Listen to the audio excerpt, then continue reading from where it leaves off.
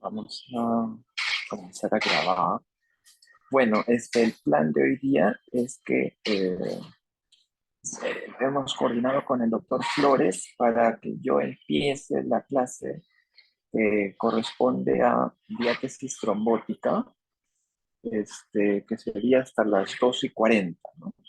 Y ya luego se quedarían con el doctor Flores para que hagan la clase que corresponde, que es de edema, y para que recuperen la clase de inflamación, ¿ya? O sea, serían 3 clases. En este mismo link van a quedarse, ¿ya? Ya el doctor entra a las 2:40. Bueno, yo soy César Gamarra del Hospital 2 de Mayo, soy médico internista. Hoy día vamos a hacer el tema de trombosis, eventos trombóticos. Eh, Referido a trombosis venosa, porque también existe trombosis arterial. Entonces ahora vamos a ver trombosis venosa. Después ya en la rotación de cardiovascular verán sobre trombosis arterial, ¿no? Entonces, en el sílabo está considerado como diátesis.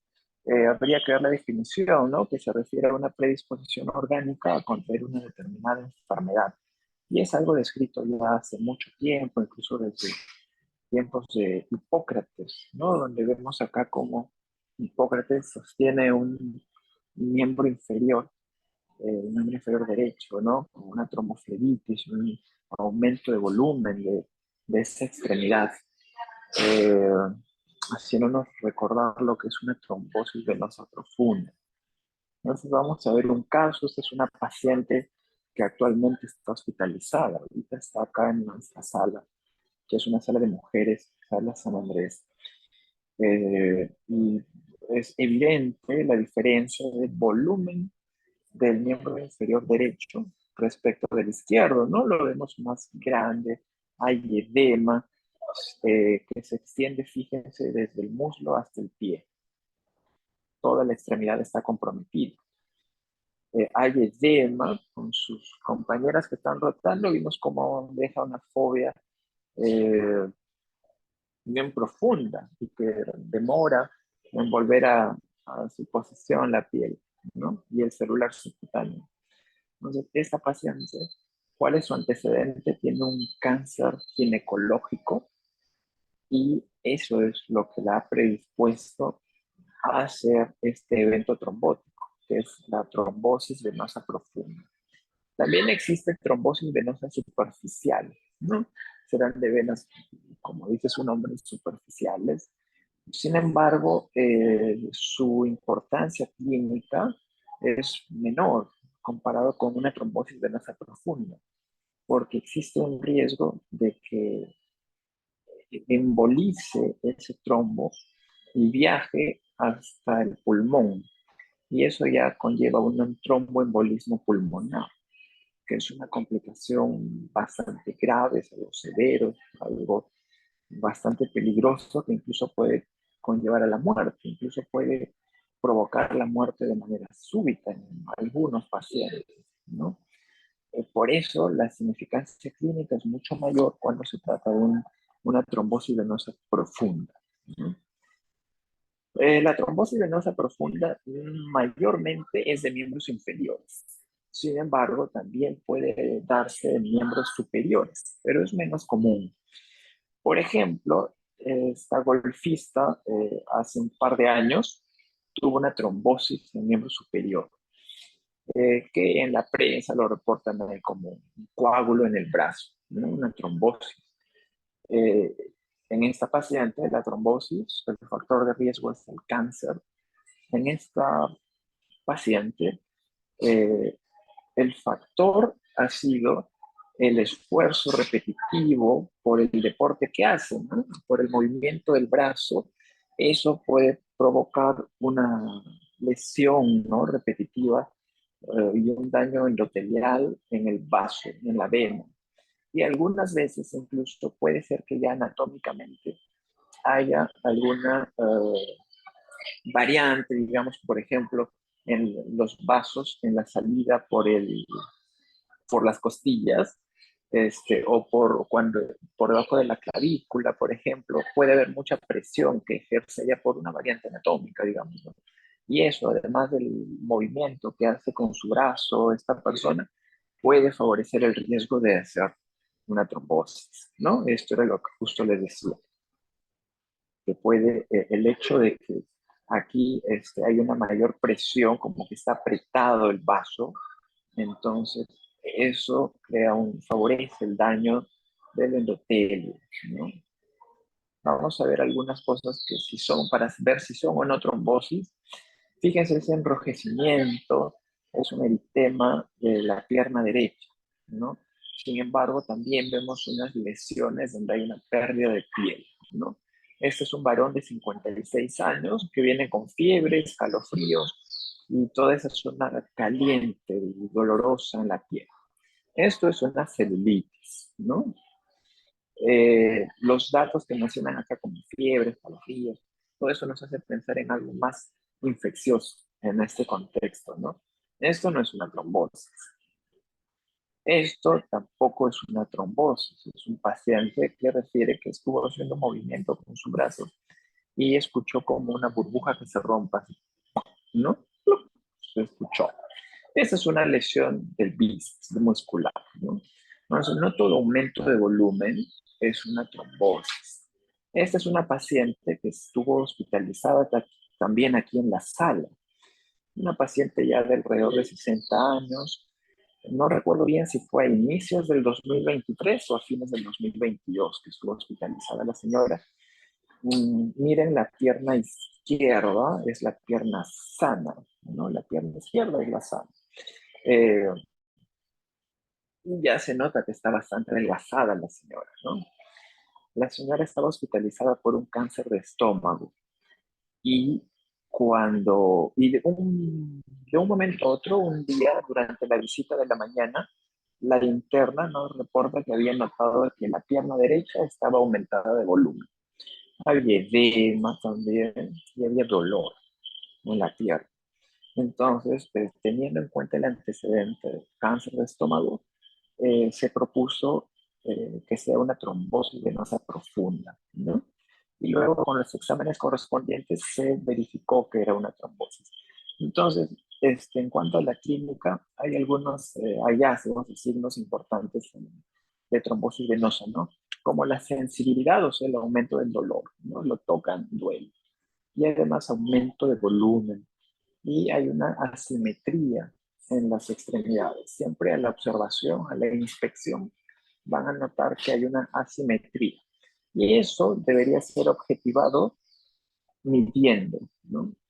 Algunos dicen más de 1,5, otros dicen más de 2 centímetros de diferencia. Ya se considera anormal y que eso está a favor de que sea una trombosis, ¿no? Este caso también es una trombosis venosa profunda, en este caso es del lado izquierdo, ¿no? Esto es un paciente varón, ¿no? Entonces, todo signo o todo examen de laboratorio, todo examen auxiliar, tiene una determinada sensibilidad y especificidad, ¿no? Eh, la sensibilidad, recordemos que es la capacidad de un determinado test para detectar a los enfermos, ¿no? Mientras que la especificidad es la capacidad de un test para poder descartar sanos, ¿no? Entonces, fíjense, el aumento de volumen tiene una sensibilidad alta, ¿no? 97%, pero es inespecífico, ¿no? Tiene una especificidad de 33%, porque hay una larga lista de otras posibilidades que pueden dar también un aumento de volumen, una hinchazón, un edema. En cuanto al dolor, también tiene una sensibilidad más o menos alta, bastante decente, ¿no? 86%. Pero la especificidad es baja, ¿no? Un montón de patologías, de situaciones pueden provocar dolor en una de las dos piernas, ¿no? Y el calor puede ver también un aumento de temperatura, ¿no? Ustedes comparan las dos piernas y pueden encontrar que la enferma está un poquito más caliente. Eso nos ayuda a diferenciar de una trombosis arterial, como ya lo van a ver en la rotación de cardiovascular, ¿no? Una trombosis arterial, como es una obstrucción en una arteria, no va a haber un flujo adecuado del tejido distal a la obstrucción, entonces es un tejido que va muriendo poco a poco, entonces la temperatura va a comenzar a ponerse cada vez menor, más fría, ¿no? Fría y muy fría en el pasar de los días. Esto, fíjense cómo tiene una sensibilidad más baja que las anteriores, ¿no? ¿Qué otras cosas pueden verse en una trombosis venosa profunda? Puede verse un cordón palpable, como en la imagen que vimos casi en las primeras diapositivas de Hipócrates, ¿no? Se ve un cordón palpable. También puede haber venas superficiales dilatadas, que son venas colaterales, como la vena profunda. Ha habido una trombosis, entonces hay una alteración en esa vena profunda. Las venas más superficiales tratan de compensar, de ayudar.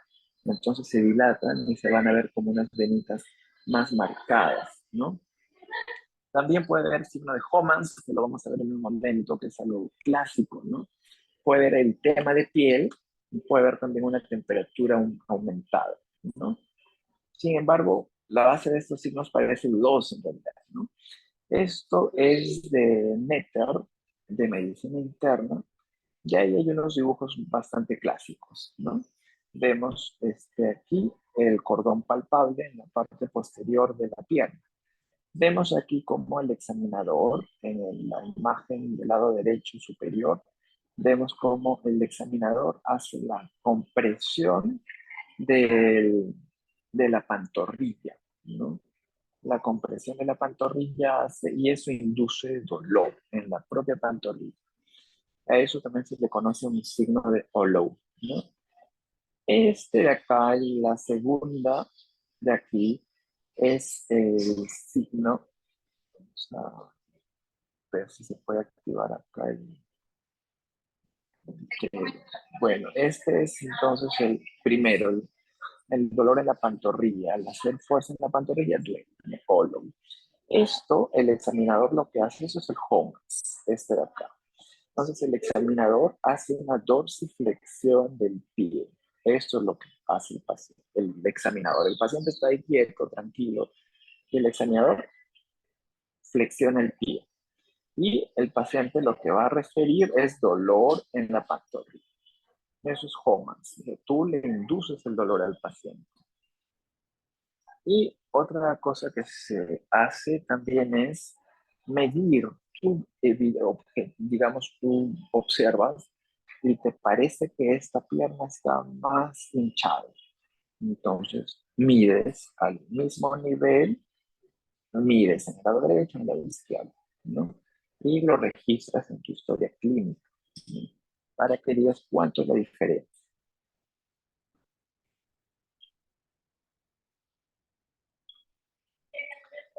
El signo de Homas ya ha sido descrito hace como 80 años, ¿no? Entonces, es que la inducción del dolor, pues por la dorsiflexión. Un cirujano fue el que identificó este hallazgo, ¿no? Entonces, incluso se dice como una incomodidad. Puede ser detrás de la rodilla o en la pantorrilla al momento de hacer la dorsiflexión forzada del pie. Eh, Esto es del año pasado, encontré en Twitter también esta foto, ¿no? Fíjense cómo hay una asimetría bastante marcada, ¿no? Y te dicen, es un paciente que tiene signo de Hollow positivo, Pratt positivo y Homans positivo. El Hollow es cuando tú haces una compresión de la pantorrilla, induces dolor. El Pratt es el observar esas venas superficiales que habíamos mencionado al inicio. Y el Homans es cuando haces la dorsiflexión y el paciente recibe dolor en la parte posterior de la pierna. El más conocido es el de Homans, ¿no?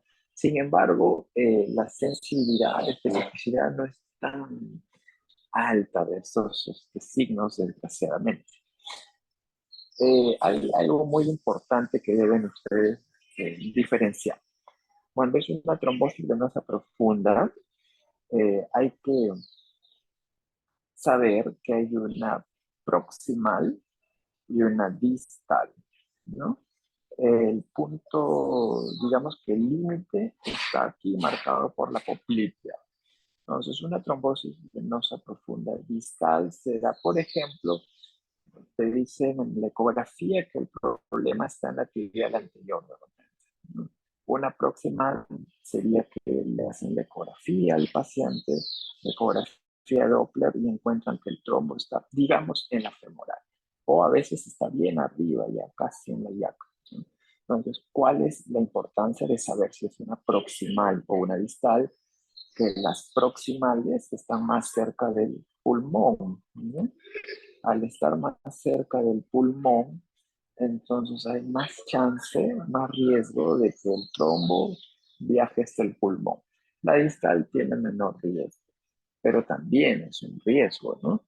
Así que es importante saber la localización del trombo, ¿no? Proximal le dijimos, ¿no? Vena poplitea hacia arriba, distal venas de la pantorrilla. Y su importancia radica en el riesgo o la relación con el TEP, con el tromboembolismo proximal.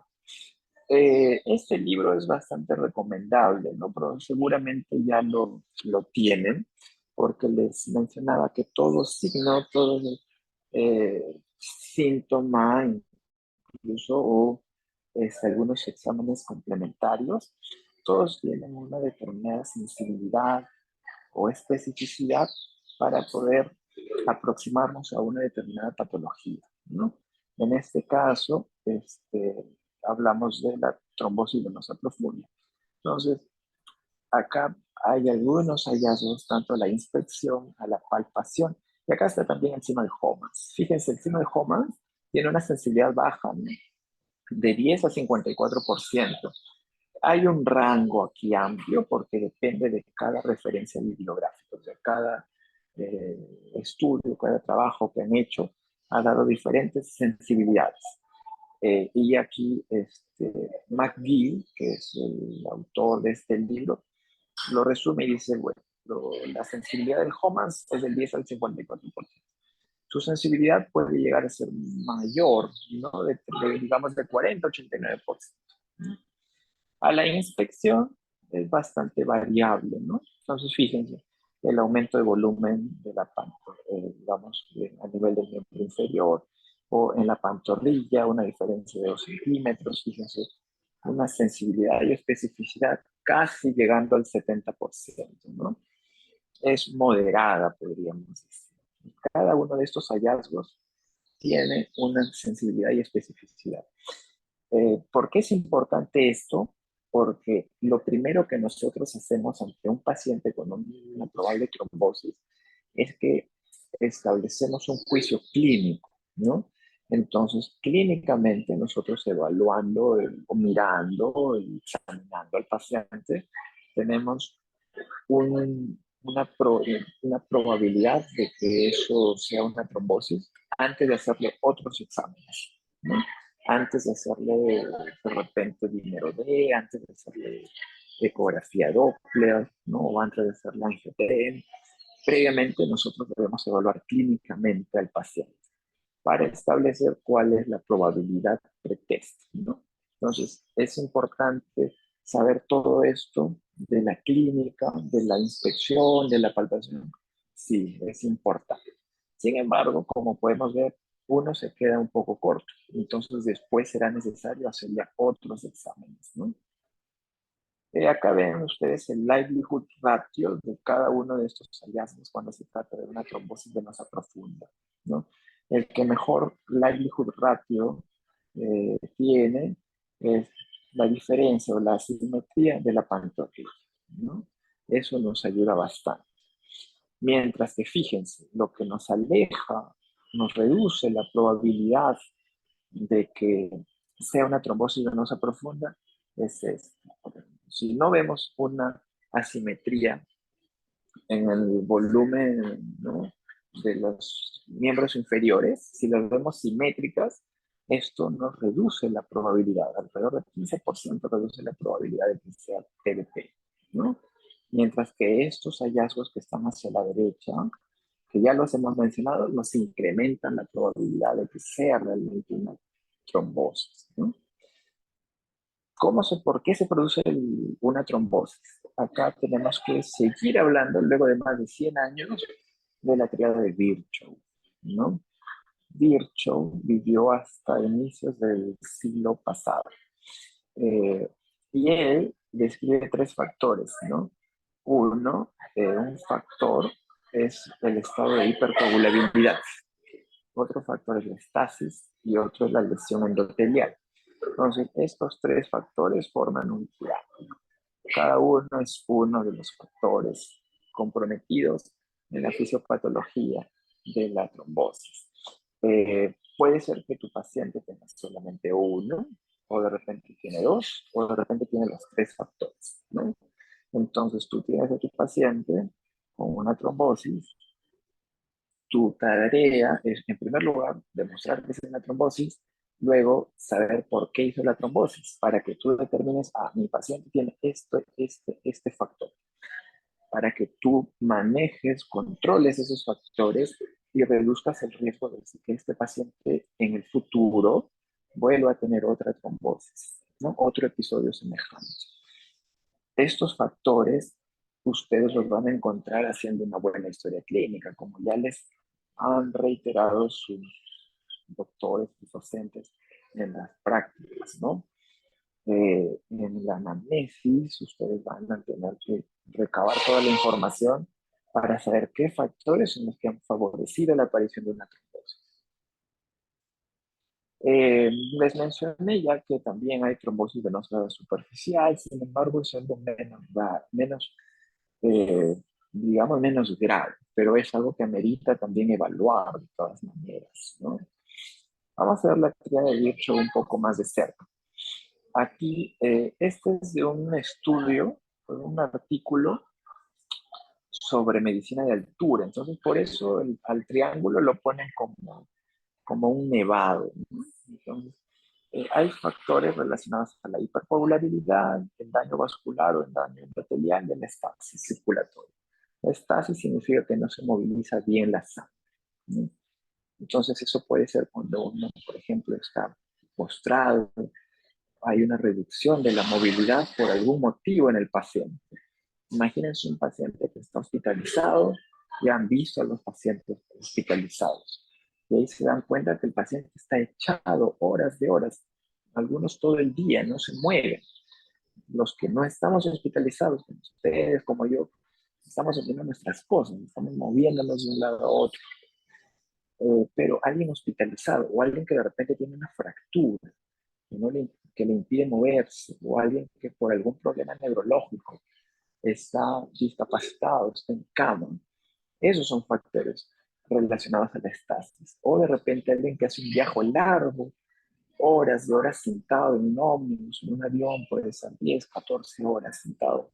Eso también es un factor de riesgo. Entonces, dentro de cada uno de estos puntos del triángulo, hay una serie de factores. Por ejemplo, hay estados de hipercoagulabilidad, o sea, la sangre va a estar más espesa. Y esto puede estar, por ejemplo, inducido por el cáncer. Lo primero que hemos mencionado al empezar son casos de trombosis en gente con historia de cáncer, ¿no? Entonces es un factor importante. También cirugías, ¿no? Traumatismos, el embarazo, también incluyendo el puerperio, o sea, el postparto, ¿no? Algunas enfermedades hematológicas también. Las infecciones y la sepsis también favorece el estado de hipercoagulabilidad, ¿no? También el frío extremo, la alta altitud, por ejemplo, viajar a Nepal para escalar el Himalaya, imagínense. Esa exposición puede también inducir un estado de hipercoagulabilidad, ¿no? Algunos problemas inflamatorios o el síndrome nefrótico que van a haber en renal, el uso de anticonceptivos, estados inflamatorios, sobre todo en estados inflamatorios persistentes, ¿no? Enfermedades autoinmunes también. En cuanto al daño vascular, por ejemplo, tenemos una tromboflebitis, una enfermedad del propio vaso sanguíneo. Una celulitis también puede dar involucro, representar un riesgo, ¿no? Estados de aterosclerosis o el tener un catéter venoso, ¿no? Ahí el catéter tiene la punta una aguja, ¿no? Entonces, eso puede producir un daño en el vaso sanguíneo, en el endotelio, y eso puede favorecer la aparición de una trombosis, ¿no? El hecho de poner una vía periférica también, esa es la venopuntura, ¿no? Una venopunción. Y el trauma físico, ¿no? Por ejemplo, gente que hace golf, gente que haga tenis o algún esfuerzo. Ya para este año he sacado un caso que había puesto el año pasado, y ahí había un ejemplo de una señora que cargaba a su hijito, y por el hecho de hacer ese esfuerzo de cargarlo, obviamente con sus brazos, ¿no?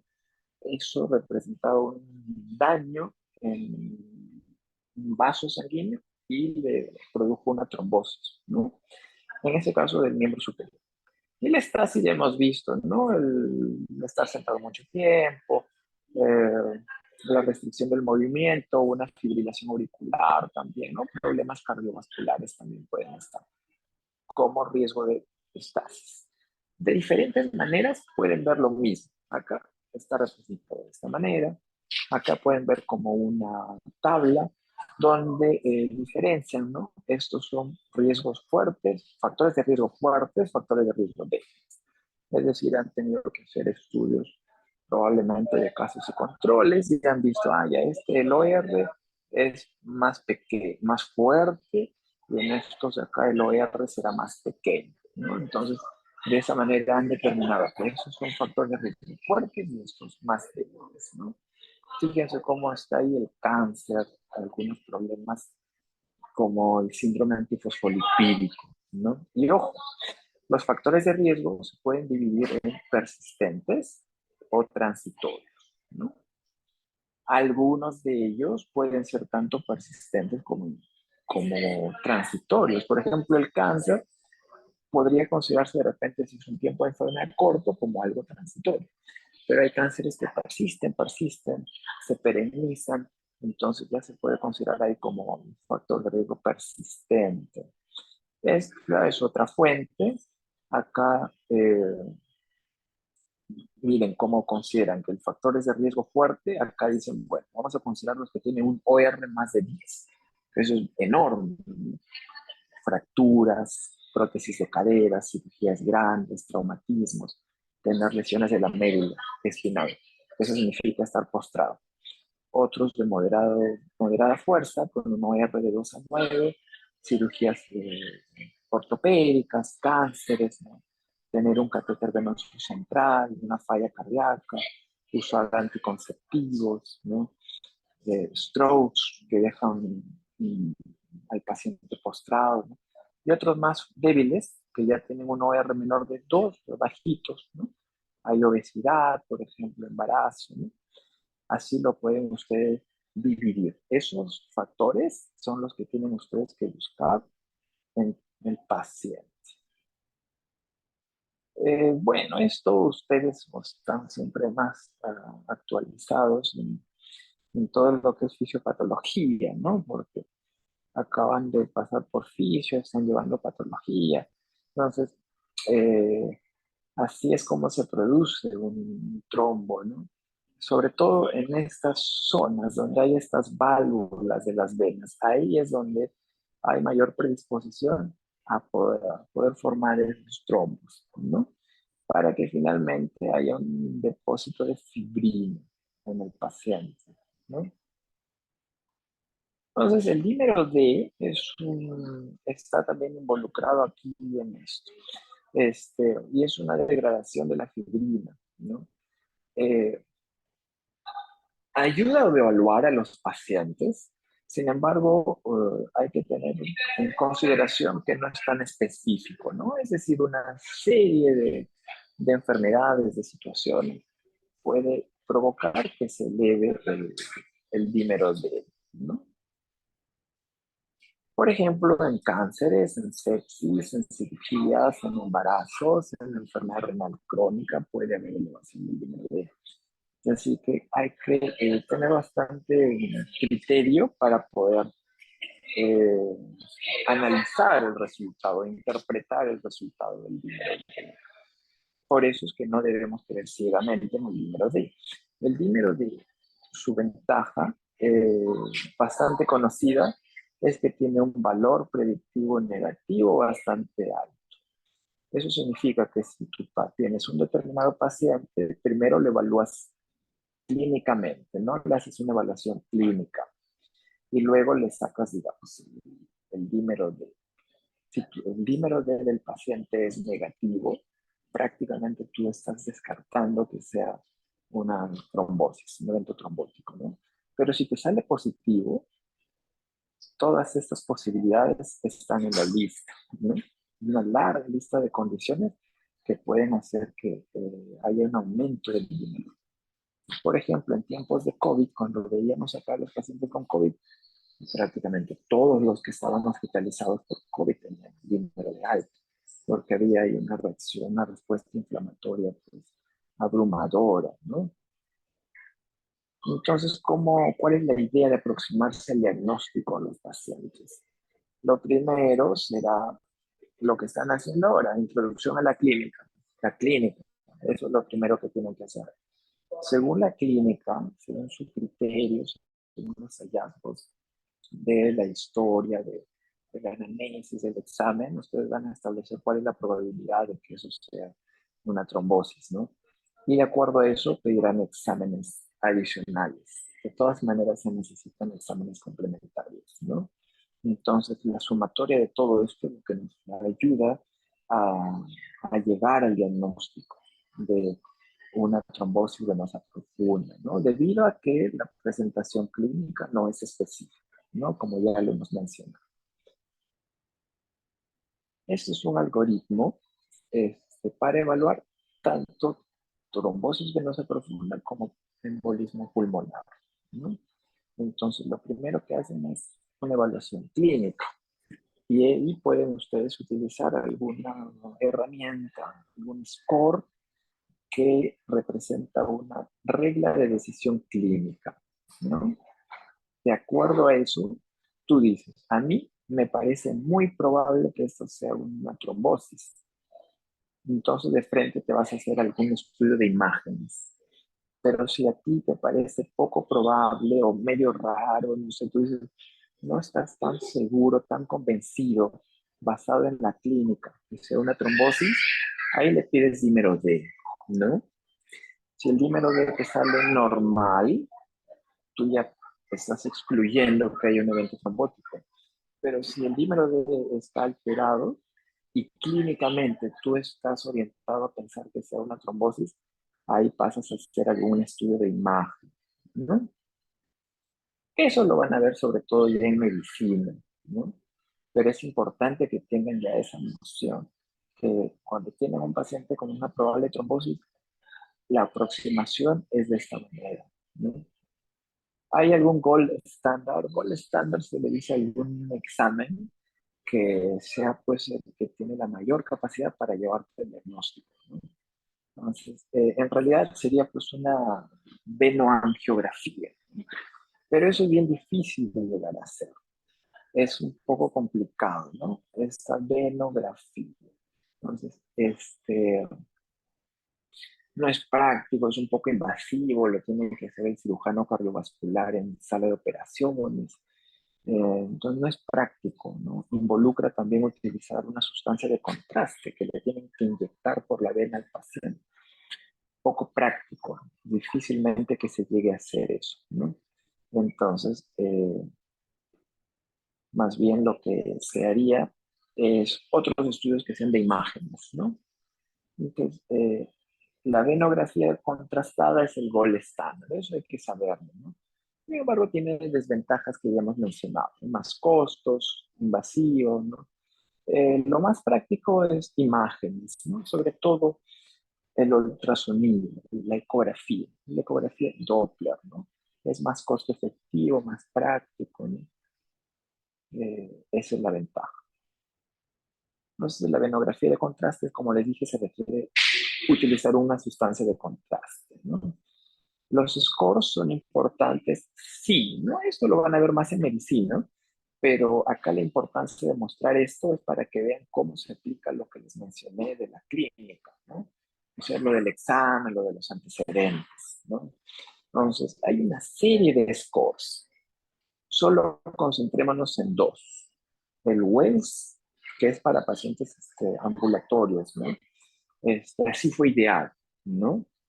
Te llega el paciente de la calle y tú puedes aplicar el score de Wells. Y esto te sirve para miembros, para trombosis venosa profunda, de miembro inferior y para TEP.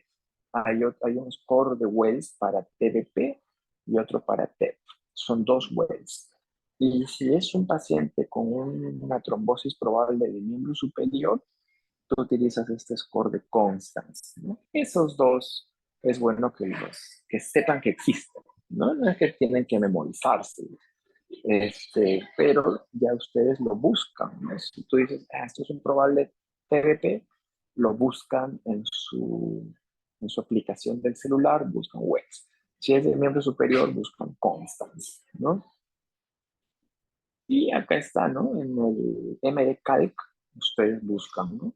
Y ahí ustedes, ¿qué variables tienen? Tienen algunas variables relacionadas a los antecedentes del paciente y hallazgos al examen clínico, ¿no?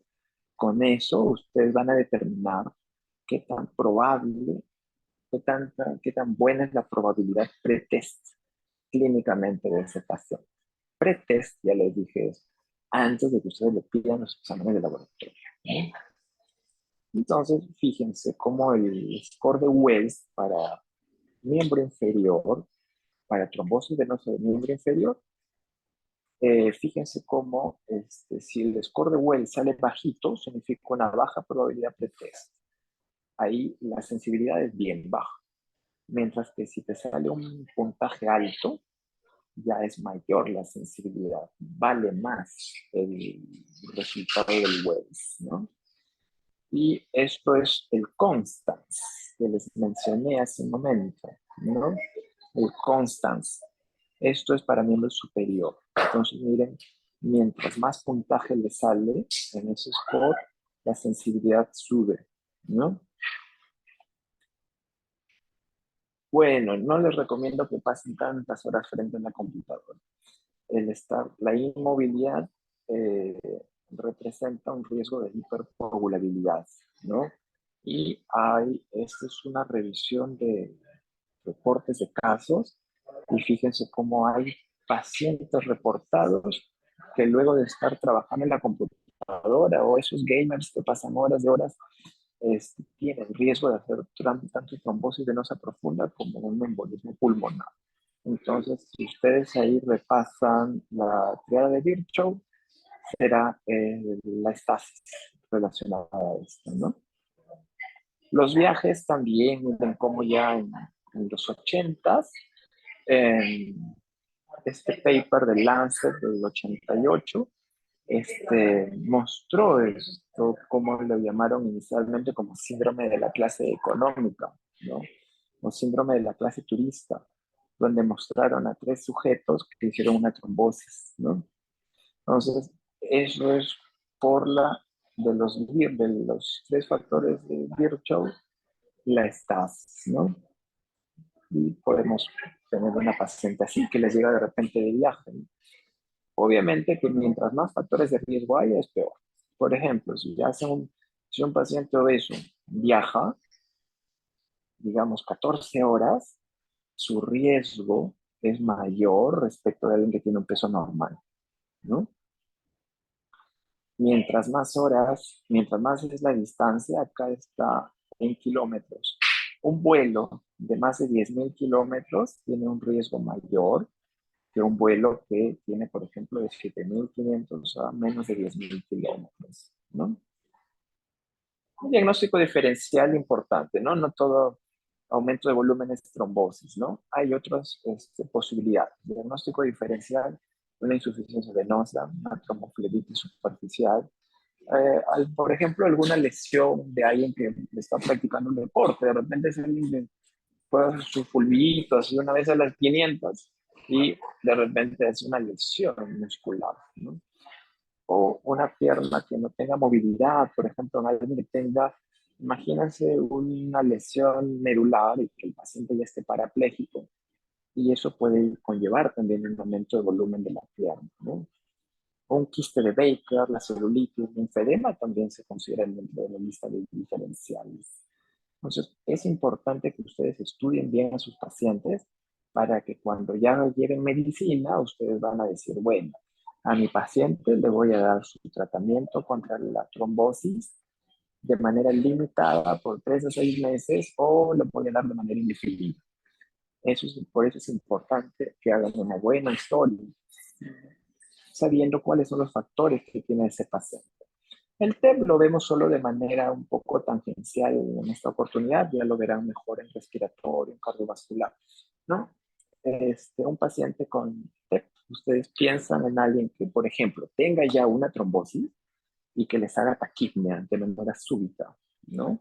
O que tenga taquicardia, que tenga algunos hallazgos respiratorios alterados también, ruidos agregados puede tener en el examen físico de respiratorio, ¿no?